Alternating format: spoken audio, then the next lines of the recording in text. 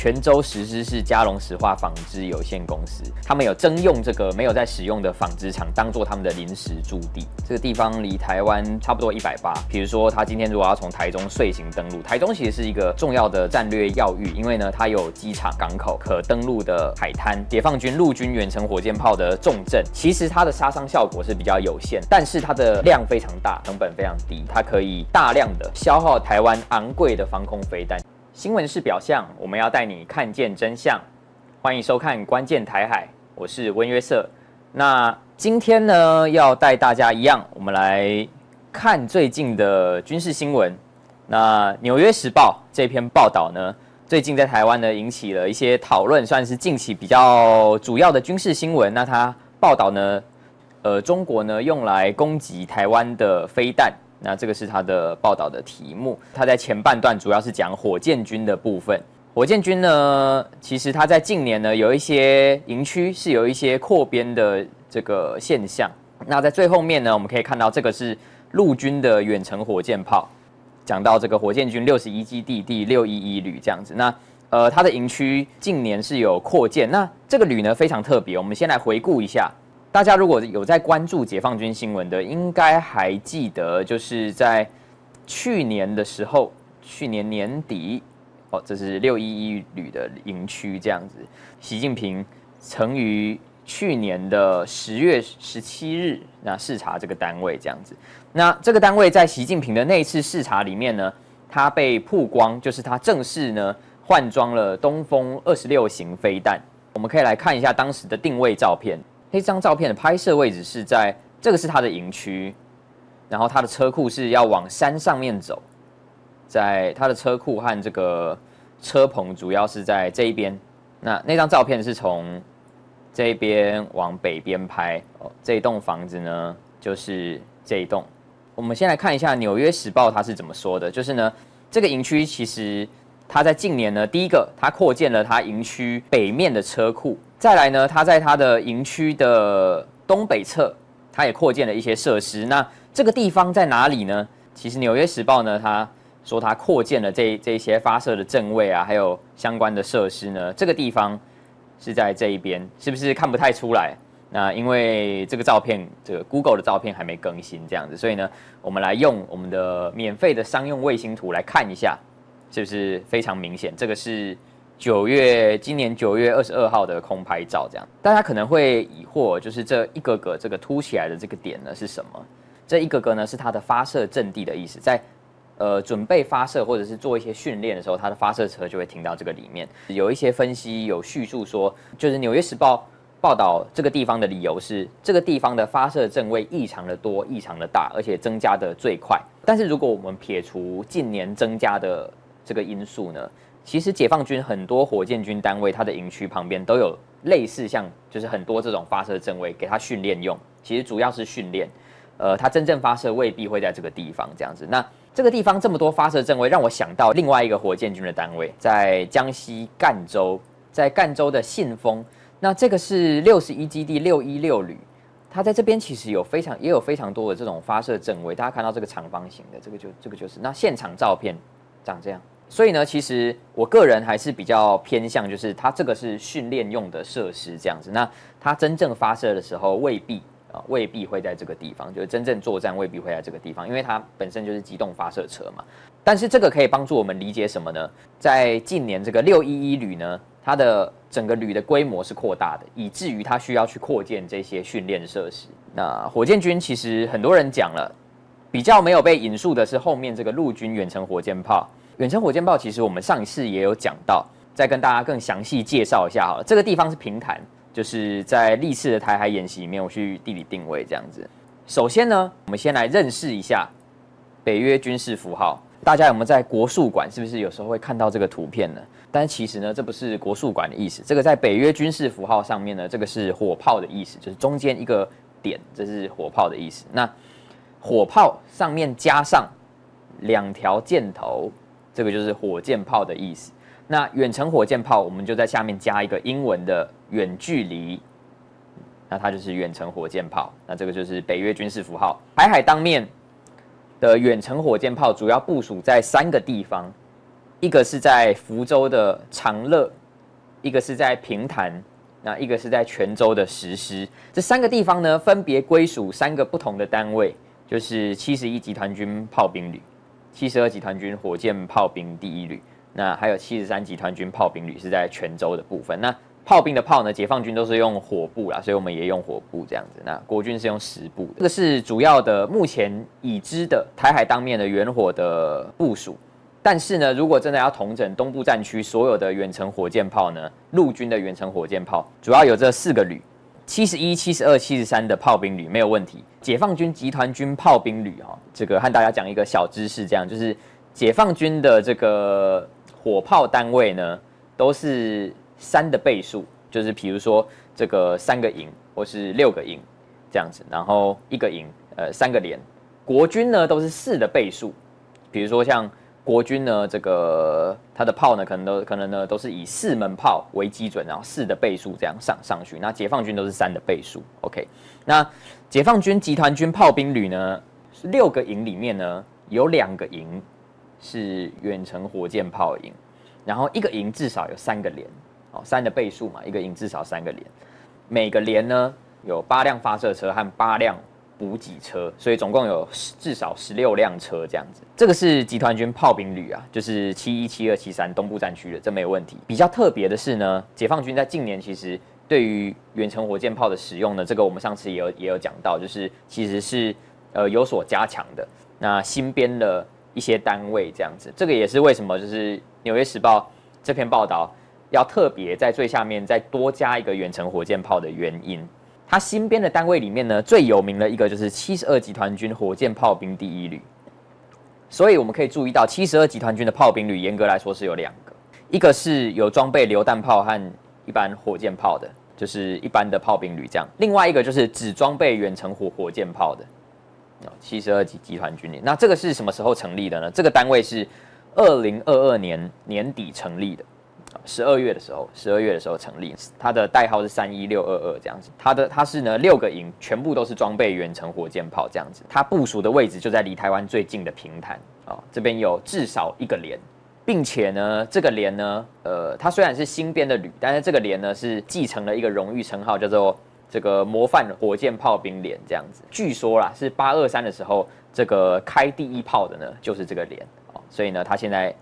装备远程火箭炮部署在平潭。我们可以再仔细带大家看一下这3个。我们先看福州长乐的部分。福州长乐呢，我们刚刚有讲到是71集团军的炮兵旅嘛，它在地图上面有没有注意到这边有远程火箭炮的军事符号？那这个呢就是长乐机场，它是一个民用机场。71集团军在这边的这个火箭炮旅呢，这个炮兵旅呢，它的远火就部署在长乐机场呢西北侧这个营区，就在这里。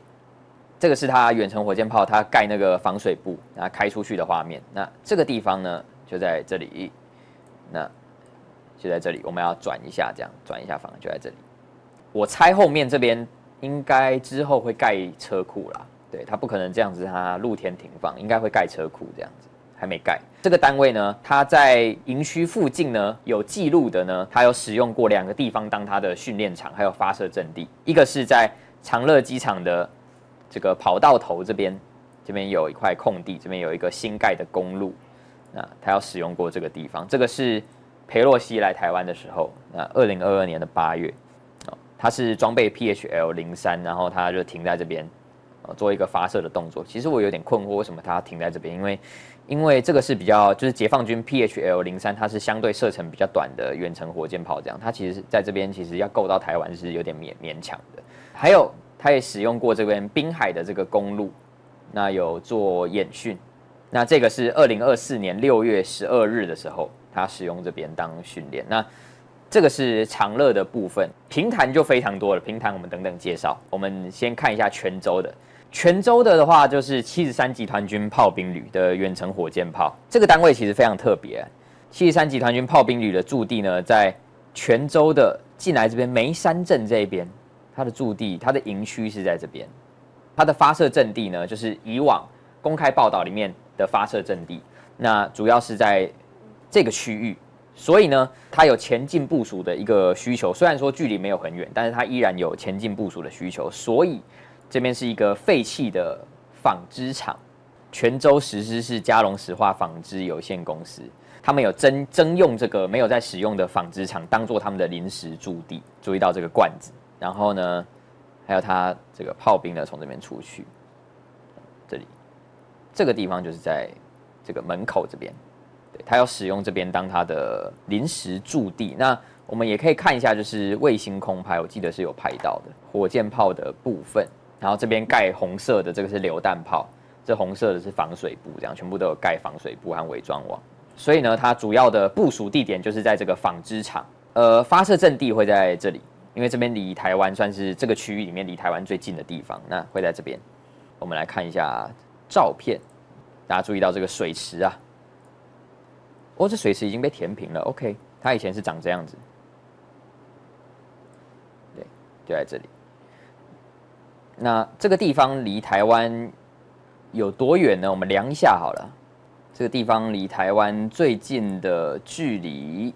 差不多180。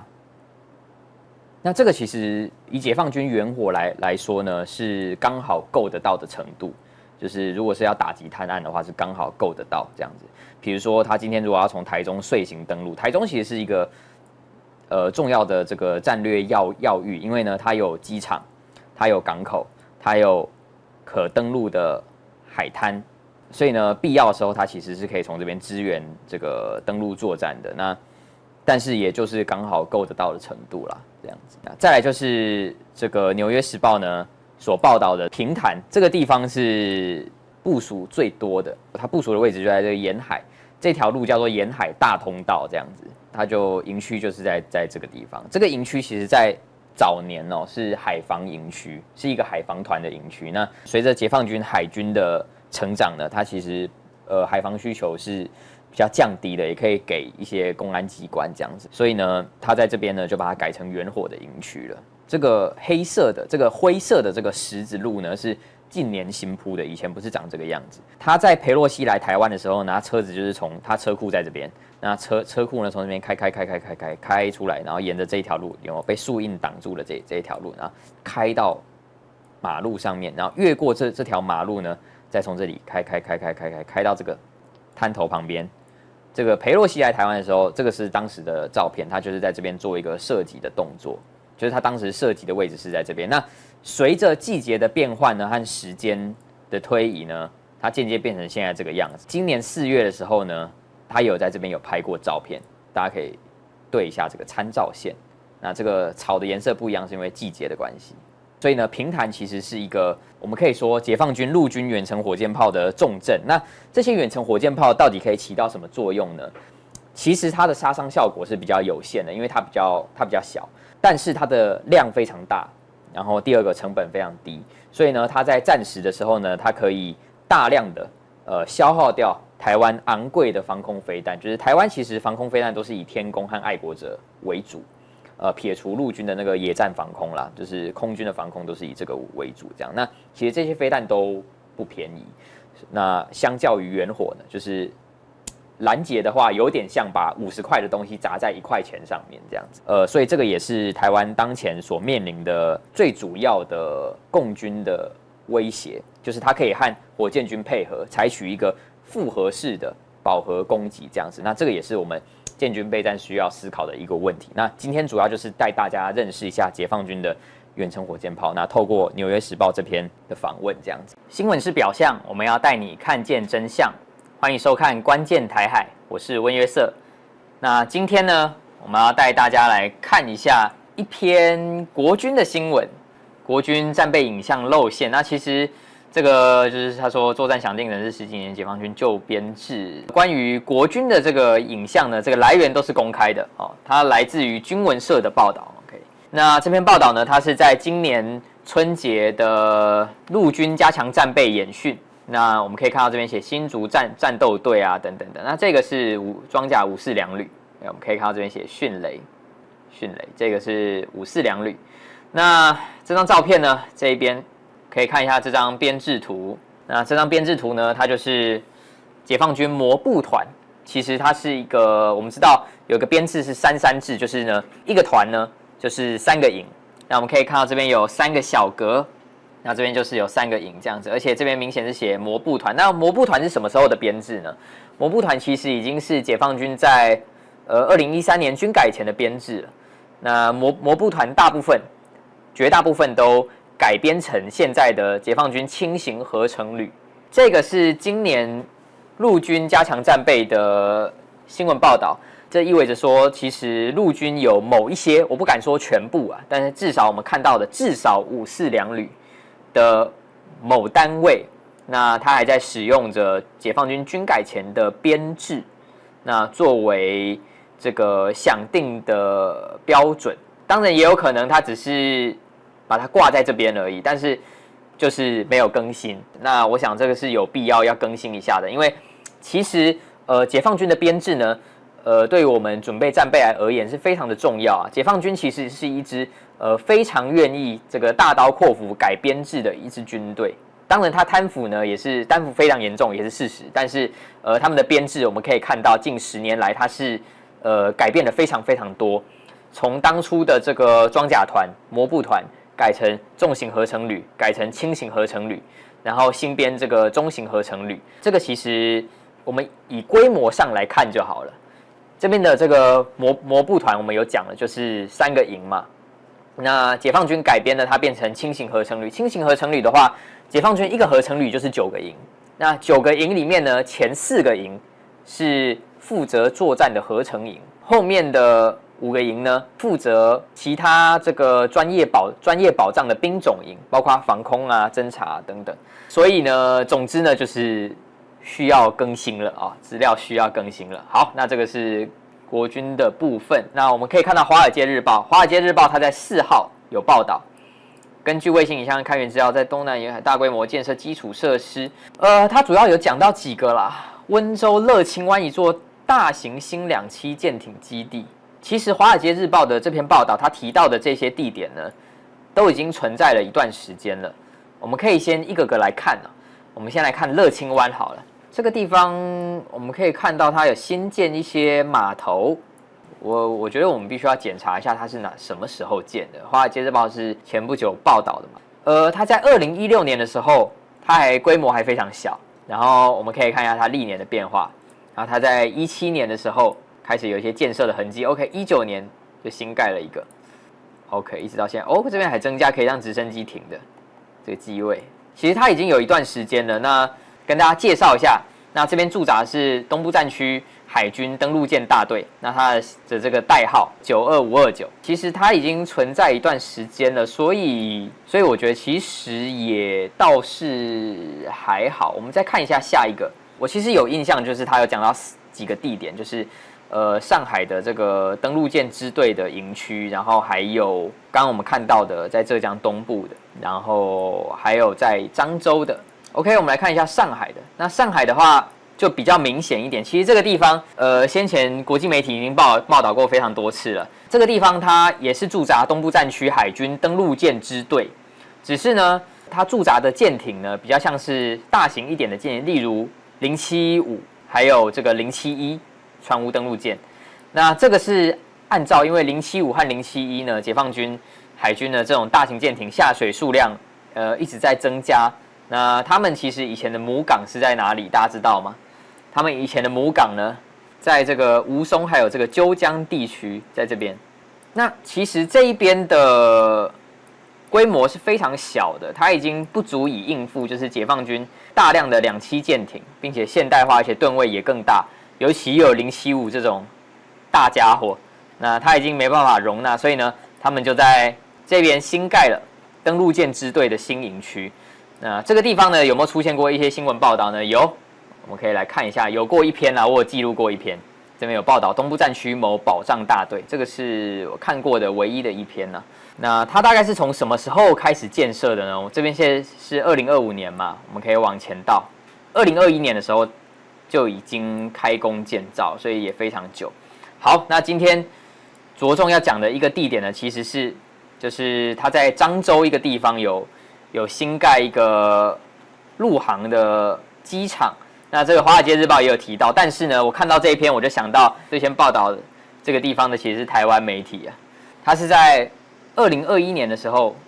3月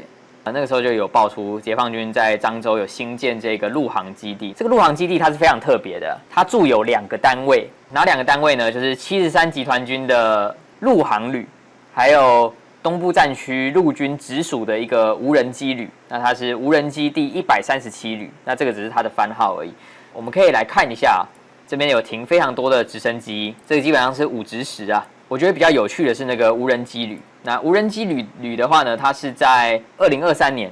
的春节期间第一次的露面，这样子。我们可以来看一下当时的报道。东部战区陆军某直属旅，这个是2023年1月3号，那个时候它开训动员。OK， 我们看到这些照片，没有问题，没有问题，没有问题。哎，彩虹4型无人机，大家注意看一下它这个跑道的标线呢，这有2个格子嘛。这个格子是有和这个椭圆形有对称的，然后旁边这个却没有，所以呢，就可以判断出什么呢？就是第一个，这个机场呢，至少从2020年就已经开始建设，并且在2021年曝光，并且它驻有2个单位，一个是73集团军陆航旅，一个是东部战区陆军的直属无人机旅。那这个无人机旅其实已经它的彩虹4，其实先前国防部还有公布那个路径轨迹图嘛，大家可以去查之前的。那只要从这个闽南起飞的，然后是彩虹4型无人机的，基本上就是来自这个单位，并且呢，我们可以看到它在塔台的左右2侧都有机库，在塔台的右侧这一边，这个机库主要就是给无人机旅停这个彩虹4无人机，那旁边就是主要是给陆航旅。那73集团军陆航旅除了这个机场以外，还有惠安机场。所以73集团军陆航旅有2个机场，无人机旅的话就只有在这个机场这样子。我们可以看到它机场的旁边这边，大家有没有看到有很多直升机的这个阵位？其实我看过解放军这么多的这个陆航的场站，就是机场，他们叫做场站这样子。这个我可以说是几乎是数1数2大的一个，并且这边还可以做一些机降的训练。这个就是华尔街在这篇新闻报道里面所提到的。那除了这几个军事设施以外，他还提到了这个厦门翔安机场，然后还有长乐机场。但是翔安机场和长乐机场其实都是民用的哦，都是100%民用的这样子。那它没有驻扎，就是依据公开资料显示，还有我们卫星图确认，它其实并没有驻扎军机，它也没有军机的相关的保障设施。我比较好奇，它怎么没有提到台州机场？那我们看到台州机场的部分，那台州机场这边有1条跑道嘛 ，OK， 那它的滑行道这边1条，这边也1条，但是我们可以来看一下它的卫星图。我们刚刚讲到这个翔安机场和长乐机场，就是华尔街有报道说它扩建嘛。其实我觉得扩建机场比较值得讲的是台州路桥机场，因为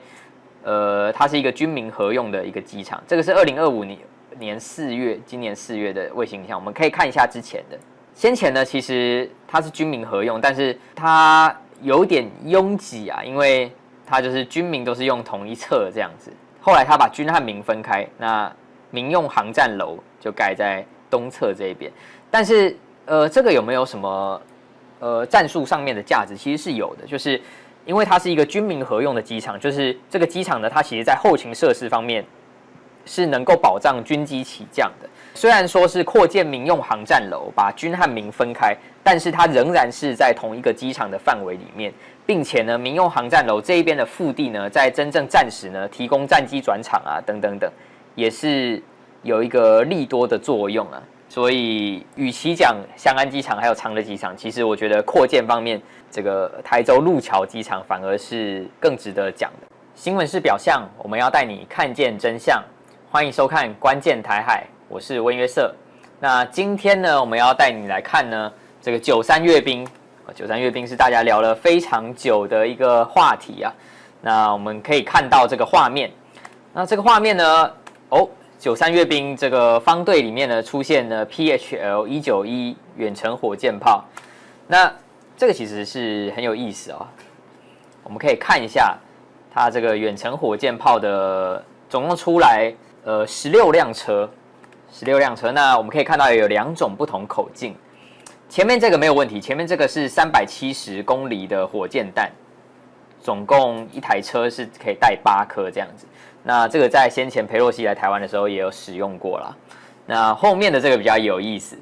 后面的这个是火龙480型，那它是750公里的这个战术导弹。那这个东西其实海马斯它也可以带1颗啦，只是 PHL-191它一辆是可以带2颗。它其实在先前并没有公开的露面过，这个是第一次。应该说在在这个影片上面是第一次。它第一次的出现呢，我们可以看这个93阅兵是今年9月3号嘛，那我们现在可以看到解放军报这个750公里的远程火箭炮呢，这个战术导弹，它是第一次在阅兵上面呢来露面了。但是在今年的5月21号的时候，解放军报就已经有报道它，这个就是我们可以看一下这篇报道。面对缺少技术骨干等重重困难，新调整组建的陆军某旅1连的党支部。那转型路上的火车头，我们来确认一下这篇报道里面所讲的，然后装备这个750公里这个战术导弹的到底是什么单位？初下闽南山地 ，OK， 闽南山地73集团军陆军某旅1连，这边的1连呢，主要是指远火1连，因为呢我们知道解放军不管是炮兵旅，就是有装备远程火箭炮的，只有炮兵旅和远火旅。那这边写的是闽南山地嘛，所以比较大的可能是73集团军的炮兵旅。等一下我们可以再验证一下。那这边的1连应该就是指远火1连这样子。那73集团军炮兵旅就是解放军炮兵旅的远火1连呢，就是指因为它的远火基本上都是放在第5营，前4营都是榴弹炮营这样子，所以呢它应该是指第5营第1连的意思。军事支委1级上士郑志鹏主动请缨。这个是这个解放军报在今年5月21号的报道，我们可以来看一下。我们为了要确认它是什么单位，我们来看一下这位上士，他什么时候也有出现过在其他报道里面？这个是去年3月13号的郑志鹏就是这一位，他在去年3月有在新闻报道里面出现过。然后这整篇报道都是讲述同一个单位。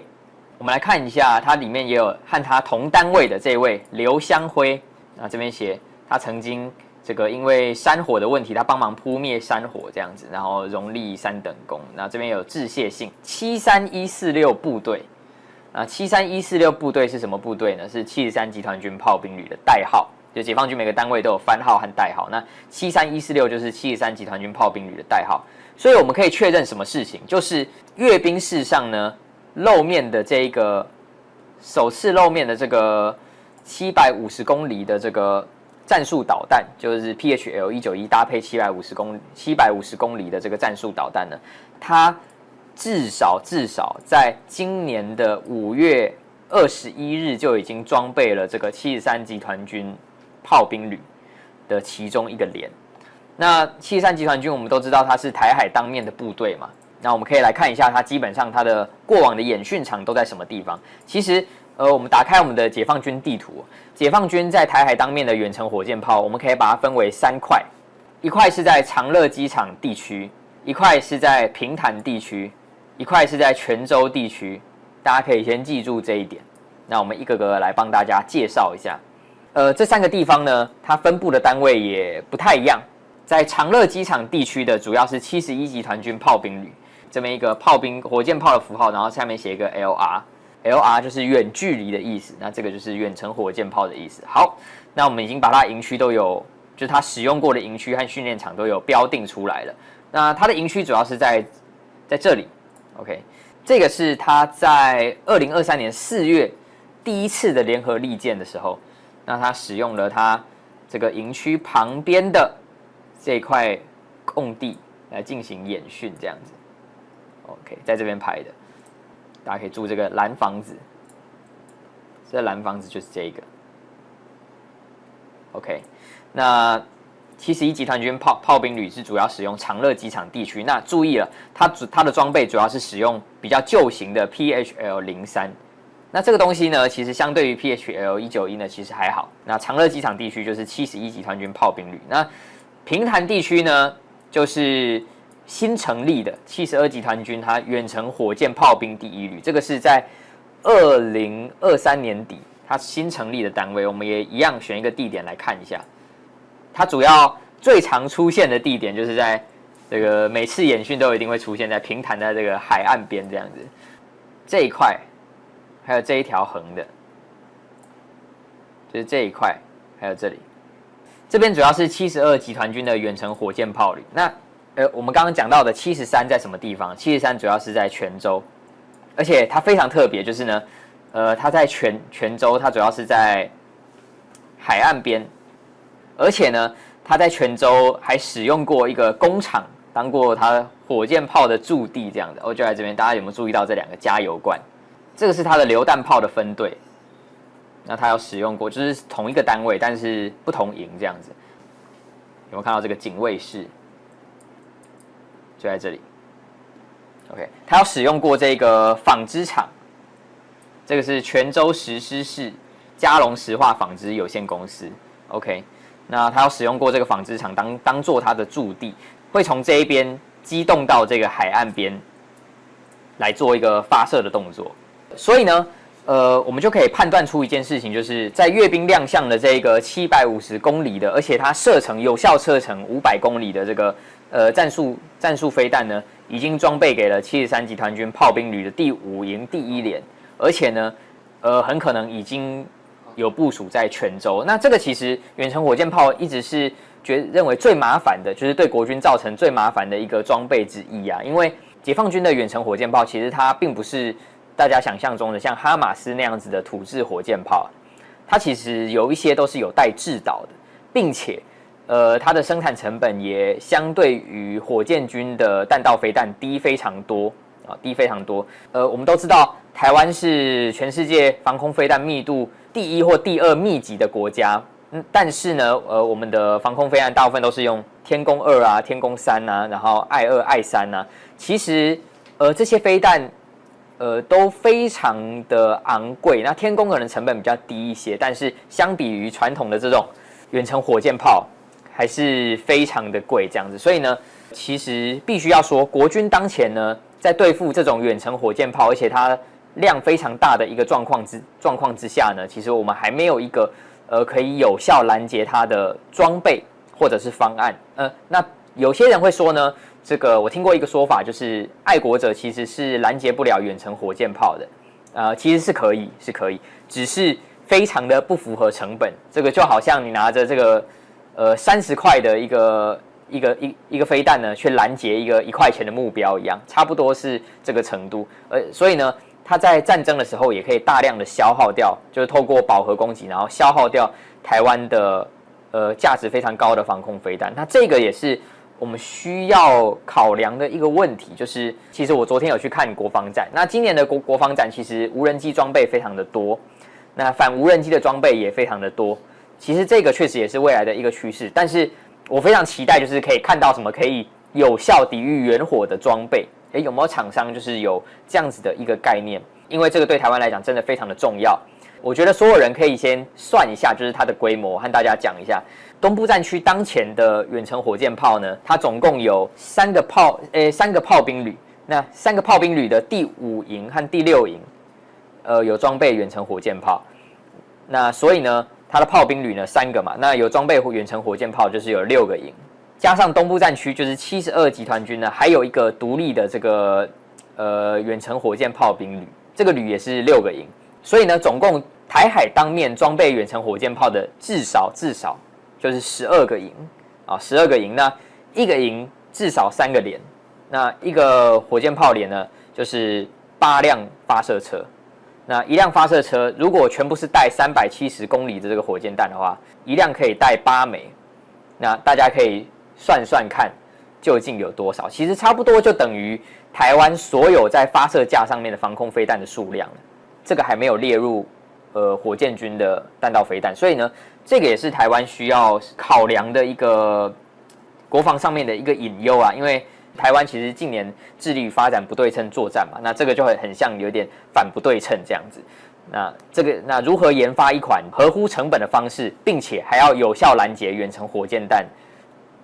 这个是我们未来国防建军的一个重要的方向，也是值得考量的一个问题。Hello， 大家好，我是约瑟。那今天呢，和大家谈谈93阅兵的一些看点哦。那我们首先呢，可以先讲到人事的部分呢。那人事的部分呢，我们可以看到这个影片呢，阅兵的总指挥，那他向习近平呢，这个说明阅兵式分列式已经开始了，请习主席来检阅这样子。那这位呢，空军中将呢，他是中部战区空军司令员韩胜言中将。那我们可以注意到，就是很多人呢都有谈到，就是过往呢其实都是上将呢来担任这个总指挥哦，或者是说我们是这个中部战区的司令员来担任总指挥哦。那为什么这一次是一位中将来担任阅兵总指挥呢？我们可以来看一下呢，就是过往有没有中将的例子。其实也有，就是在2009年的时候呢，阅兵也是由阅兵总指挥也是由中将呢来担任。那这个是时任的这个阅兵总指挥房峰辉，房子的房啊，那他呢是北京军区的司令员。那我们可以注意到呢，即便他们同样都是中将，但是这一次的成绩也是有下降的，因为这个房峰辉呢是正大军区级的这个司令员。但是呢，虽然韩胜言他和房峰辉一样都是中将，但是呢，他却呢只是这个中部战区空军，也就是副战区职的这个司令，这样他并不是中部战区的司令员。所以呢，我们也可以从这里呢可以窥见呢，就是解放军呢他的近日以来反贪呢清洗的程度之大，尤其是在这个阅兵总指挥在当天呢，大家才知道。这样子好，那再来讲一下这个武器的部分。那武器的部分呢，我们可以先看一下这个最令人注意的这个武器装备，莫过于这个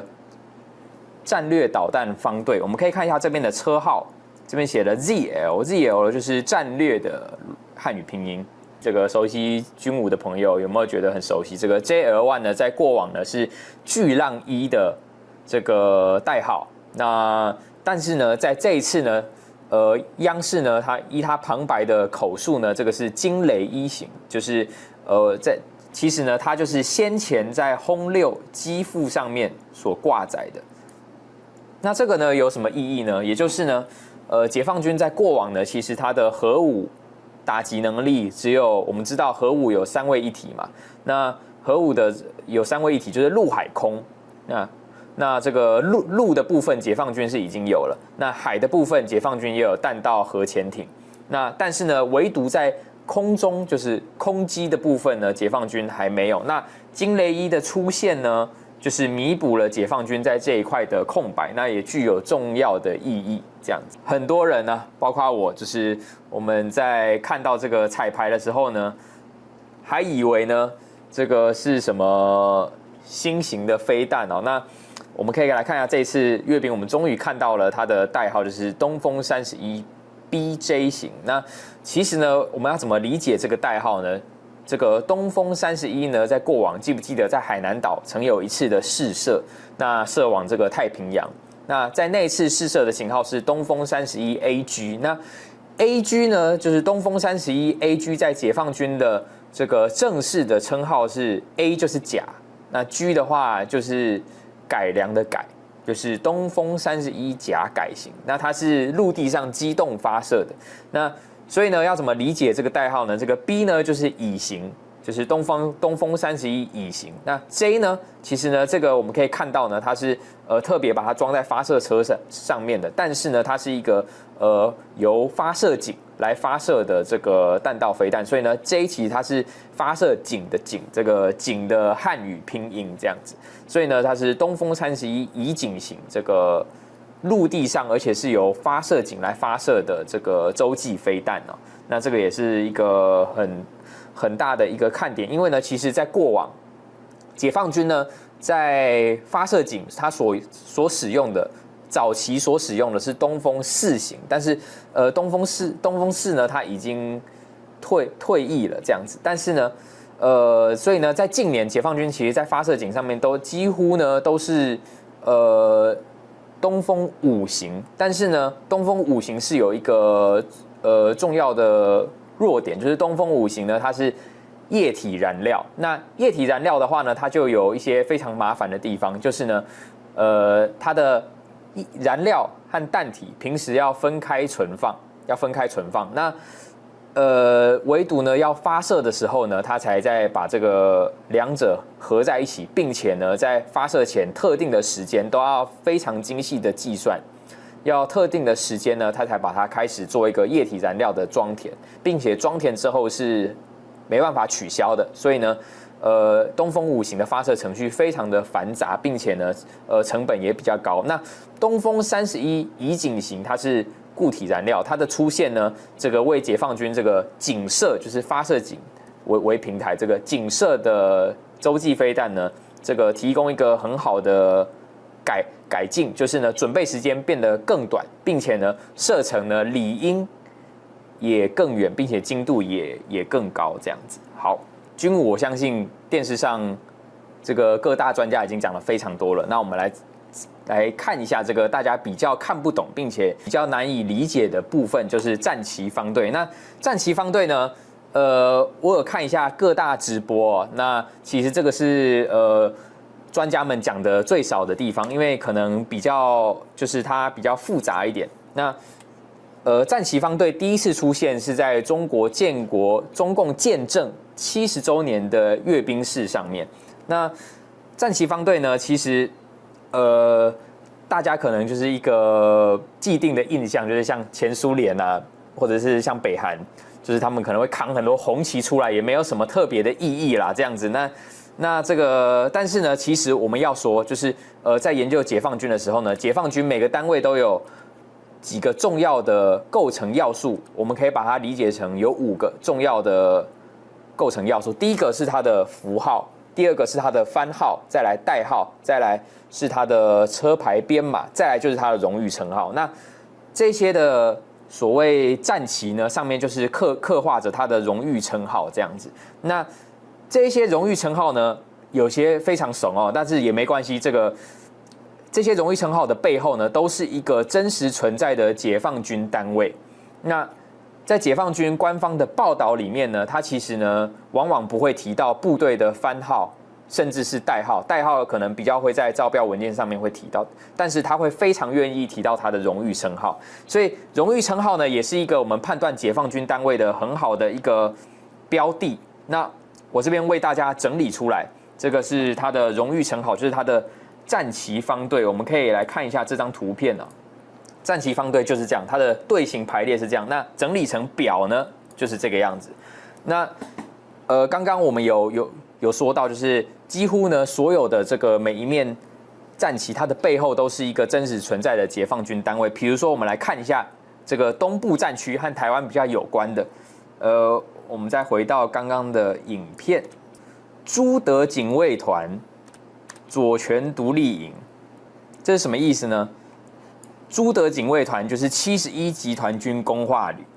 这是它的荣誉称号。那左权独立营就是73集团军轻型合成第92旅4营，那它的驻扎地点也是在福建的东部哦。那基本上呢，就是我们只要看到呢这些荣誉称号呢，我们就只要新闻呢有报道，就是央视常常他会报道东部战区的相关演训啊，那他可能只会提到他的荣誉称号，那我们就可以由这个荣誉称号呢来判断呢这个原来是比如说他报道左权独立营在平潭的沿海，在这个沿海在这个海训，那我们就可以判断说73集团军轻型合成第92旅第4营近日呢在平潭有演训，这样子。那这个也是，那战旗方队其实是一个我们很好收集解放军各个单位的，就是它的荣誉称号和它正式番号这个对照的一个机会，这样子。好，那这个就是战旗方队的部分。好，那接下来呢，我们来讲一下这个，还是要讲我们的招牌菜，就是车牌号这样子。那海军方队，它是接在陆军方队之后出场。那这个海军方队呢，我们可以注意一下这个海军方队的出来踢正步的官兵呢，我们可以注意一下他的肩章。他的肩章有没有注意到他的肩章呢？都是这个解放军学员这个军校学员的肩章。那我们再看到，就是他在93阅兵前呢，在8月20号有发出的这个他们在阅兵村的这个训练的相关报道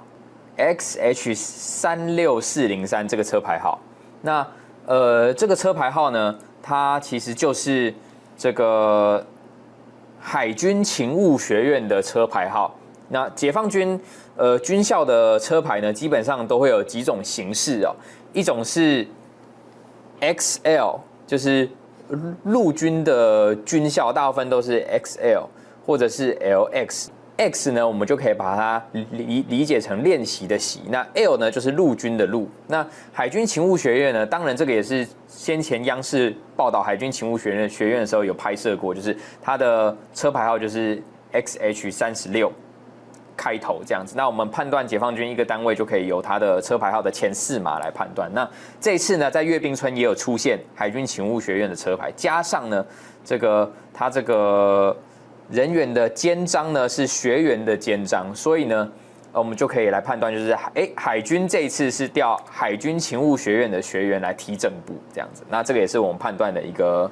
小技巧。就是这张照片是解放军的军舰飞过去，你就知道他在哪里演练了。我们从它的机翼可以看出，它的机型呢是歼10这样子。那东部战区呢，空军装备歼10的，就只有在汕头的外沙机场，然后你就可以找到了。如果今天中国信息部队如果它够强的话，在南海不可能会发生中国的解放军竟然跟中国的海警船会撞在一起，就可以显现出来，就是中国的海军和海警，它并没有共同作战图像。出了一本新书，就是这一本，叫做《请支援搜寻》。看完之后才发现，你真的把解放军完全看透透。其中有一个章节，你有特别说到，你首次在定位解放军的时候，你太厉害了吧！竟然只是一张照片哦，就是这张照片是解放军的军舰飞过去，咻过去之后，你竟然可以在里面一个小小的岛。你就知道他在哪里演练了。其实这个算是比较好找的例子啦，就是海空军它其实都是比较好找的，因为呢，首先我们要找到一个图片，就是它在什么地方拍摄，我们就要先限定它的范围。那这张图片呢，我们可以看到，就是它的通稿里面有提到这个是东部战区空军这样子。然后呢，我们从它的机翼可以看出它的机型呢是歼10这样子。那东部战区呢，空军装备歼10的，就只有在汕头的外沙机场，就只有在这个地方。所以呢，我们所要做的呢，要找出这个岛屿在什么地方呢？我们所要做的呢，就是检查外沙机场邻近的这个海岸线所有的岛屿，看哪一个跟它的形状一模一样。你说这样一个一个对，一个一个看，然后你就可以找到了。其实它的面积还蛮大的，所以并没有很难啊。于是你刚刚有特别提到，你在书中里面有提到说，你是全世界、全球第一个发现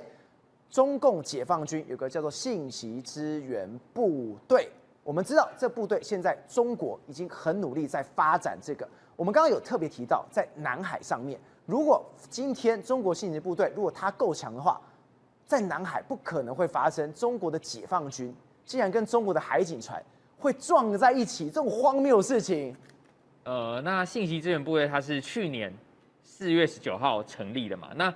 我们刚刚讲到这个南海事件，那这个南海撞船事件呢，其实一个很重要的呢，就可以显现出来，就是中国的海军和海警它并没有共同作战图像啊。对，那所以呢，它其实在沟通上面啊，或者是它出现了一些问题。那其实呢，这个也牵涉到解放军近年最重视的这个联合作战。那联合作战里面最吃重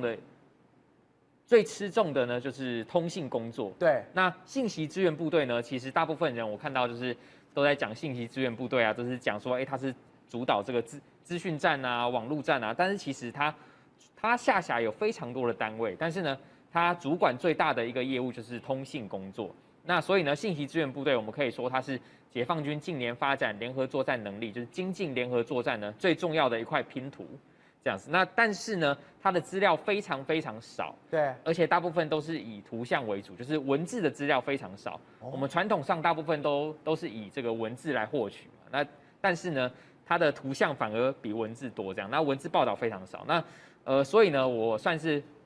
有点仿效，就是在先前美国公布的这个火箭军报告。对，那他那篇报告的格式呢，就是这个单位的名称、单位的代号、单位的地址、坐标，然后人物志这样子。那我就按照这个格式呢，就是写信息支援部队。那我怎么知道它在什么地方呢？就是它其实都有出现过一些照片嘛。那我们就一张一张去定位它在什么地方拍的，然后我们就有定位到一张，我们就把它归纳出一笔数据这样。那最后就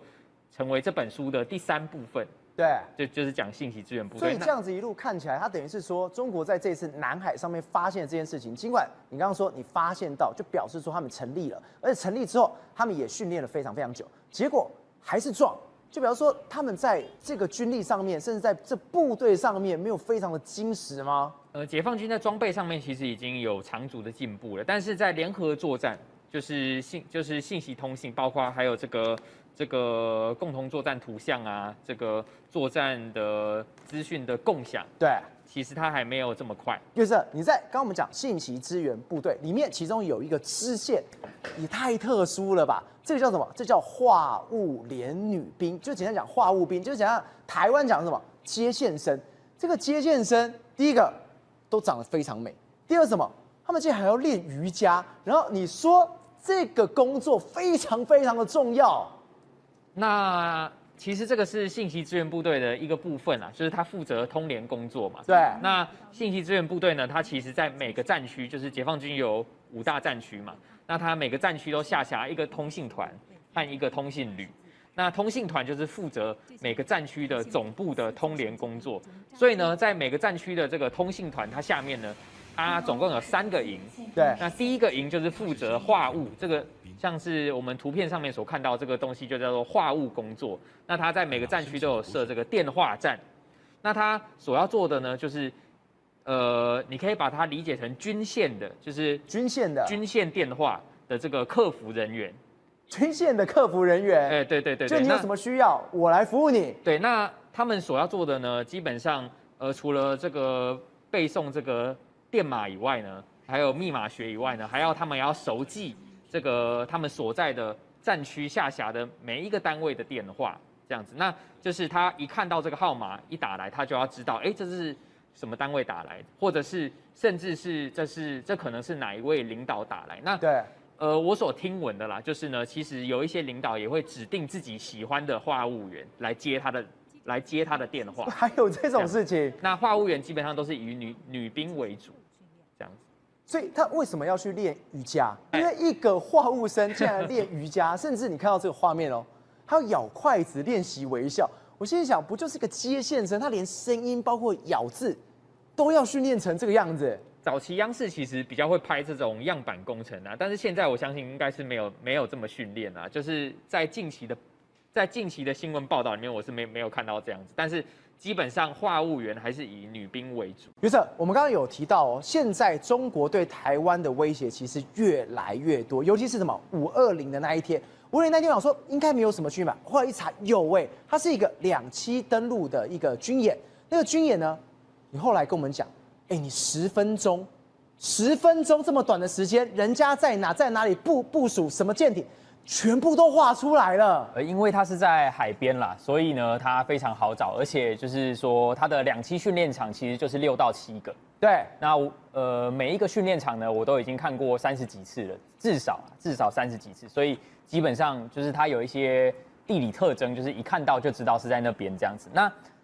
南华早报这篇报道呢，它是在讲就是520当天有2栖军演。那央视的报道呢是5月20和21，那分别有各一次，就是它有各一篇的报道这样子。那它的地点呢是在闽南的大城湾，还有一个是在宁波的象山。那这些都是老地方了啦。我们要怎么看一场2栖登陆演习的规模呢？那因为央视它都不会讲，所以呢，我们最简单的方式呢就是数它的数量。那数它的数量呢，我们知道就是解放军呢，它一个2栖合成旅呢有4个合成营，4个合成营呢，一个合成营有6个连，那一个连呢有14辆车。那14辆车是如何分配呢？是3个排，一个排是4辆，那还有2辆是连部的车这样。好，那我们来看呢，这边呢大概就是9到10辆。那我们可以推断这是一个连级的演训。那一个连级的这个两栖登陆演习呢，其实在解放军的年度训练里面是非常正常的。它都是从差不多4月的时候就开始，因为解放军的两栖合成旅它有6个旅，然后海军陆战队呢有10个旅，但是它的两栖训练场呢也就有6到7个，所以呢它必须要排队啊，要排队，要轮流进驻，所以呢它的排程也是非常的紧，因为1年之中呢适合两栖训练的也就是那几个月。差不多都是从4月开始，所以呢，我会比较认为就是呢，它还是比较一个就是按照它的年度训练计划，因为它的规模也非常小，所以它根本不是为了520过来这边呛虾或什么，如果就是按表操课而已。如果是这样子的规模，然后说针对520的话，说实话啦，是有点牵强啦，有点牵强。然后我们可以注意一下，就是我们知道以前这个国民政府曾经有实行过国光计划。那国光计划呢？这个是也非常有意思，这个是我从国史馆去找来的，这样。你说我们现在这一段画面是从国史馆来的？对，你可以看一下这个最右边，那个时候是这个绝对机密嘛？对，绝对机密。对。那其实呢，这个资料我觉得它非常好，因为国光计划它虽然已经过了非常久的时间，但是那个时候的天然环境呢和现在呢基本上是不会改变的，这样子。因为时间其实以天然环境来说，它非常的短。所以呢，我们可以看一下，就是这边有研究出来，就是说那个时候这一份是要呈给蒋总统看的。那他这边也有写到说，两栖作战通常要求的一些气象啊，还有海象的条件，就是尤其他是研究台湾海峡。对，所以他第2个还写什么？国光演习两栖作战阶段之特殊构想与所需之气象、海象条件。这一份是当时要反攻大陆用的，然后现在还可以用。对，因为呢，比较不一样的是呢，那个时候是我们要反攻回去，那现在呢，这一份拿来参考的价值呢，是他们呢如何来防范他们。OK， 那我们可以看一下它有几个特点，这个在最右边就是两栖作战通常要求的气象还有海象的条件。那我们可以看到大概1、2点，我觉得就够了，就是第一个就是海面风力不超过4级，第2个就是海岸风力不超过3级。还有这个还要考虑，当然你还要考虑到一些台风啊，还有一些气温啊等等的问题，这样子。所以呢，这个是一个很好的，就是可以参考他们为什么会在某一些时间，就是每一年这样子固定呢实施两栖登陆训练，这个是有原因的。不管呢装备呢如何进步呢，这个环境的条件始终是这个两栖登陆作战呢它非常有必要考虑的一件事情，这样子。而且尤其是我们上次有讲到的这个最佳登陆日时，我有看到一些留言，就是呢，其实我们那一份的这个最佳登陆日时呢，它还是由潮汐呢来考虑的。那其实呢，我有看到一些留言，这个一些朋友说呢，这个很多人他不明白啦，就是说为什么最佳登陆的时段会是日出后的1到3小时？因为呢，这个日出后的1到3小时呢，它为什么会在这个时间呢？因为它要利用黑夜，然后来这个隐藏一些比较主要的，像是他要登陆以前，他必须装甲车要在港口要装载嘛。那呢，如果是在白天的话呢，它会比较容易完全就曝光了，比较容易曝光这样子，比较容易曝光。OK， 所以呢，它必须要在日出后的1到3小时，它要利用黑夜来隐匿它的登陆行动这样子。而且一场两栖登陆作战呢，我们如果去看那个诺曼底呢，它其实是它其实是呢非常复杂的这样子，那包含呢一场两栖登陆行动，包含它要发航啦，然后它要渡海，然后它要开始在海上换乘，然后要编播这些等等等。约瑟，但现在外媒就直接报道了，中国没有在跟你搞什么虚的，他玩实的。你看到这画面是什么？现在你这种两栖的登陆舰，就我们讲的驳船，全部都出来了。这个照片它是在广东湛江的坡头区的海岸边拍的这样子，那这个是山坡的坡，然后头部的头这样子。对，然后这个船呢，我看到非常多的讨论啦，就是它最大的一个特点呢，其实就是把原本这个没办法登陆的地方变成可以登陆的地方。对，但是呢，我觉得它还是没有在两岸的这个，如果它今天要遂行对台湾的这个登陆作战啦。它还是没有办法起到一个就是扭转局势的一个因素，因为呢，它有几个限制呢，就是认为它的威胁还是非常有限。它有几个限制呢，就是第一个，它的航速很慢，那第二个呢，它的架设需要时间。对，那两栖登陆它是非常紧凑的，就是呢，你的地面部队第一次踏上敌人的土地这样子，它是非常争分夺秒的，它没有时间让你这样子慢慢的架桥这样子。还有这个第三个呢，对，它必须呢要搭配这个滚装货轮，就是它必须呢要跟滚装货轮这样排站这样子，滚装货轮在离岸最远的地方，然后它从滚装货轮的这个后面呢，这样接到这个滩岸上面。所以它今天这么慢，或者是有它的上面的限制，它今天就成为一个靶子吗？因为船速呢，只要越慢呢，就是它会在海上暴露很长的一段时间，那让国军的这个反舰飞弹呢有时间可以攻击它，而且呢，这个我们的海锋大队它都是用发射车呢，它只要隐匿在这个民间的工厂啊，然后树林啊，然后披个这个伪装网啊，等等等，所以呢，这也可以说明，就是海军近年的这个建军作为是非常正确的啦。就是那话说回来呢，就是这个驳船呢，所以它还是有它的一些限制，而且最重要的一点就是呢，我天天呢看这个解放军的演训任务，我从来还没看过他把这个驳船实际的运用到他的登陆演习上面，从来都还没看过。哦，所以呢，他连只是拿出来摆拍的而已。他只有在这个我们刚刚讲到的这个湛江的东部的滩岸边呢组装过一次，他只有在那边实际组装过一次。但是呢，如果要说这个部队呢使用它来做登陆作战的这个相关训练，还没看过。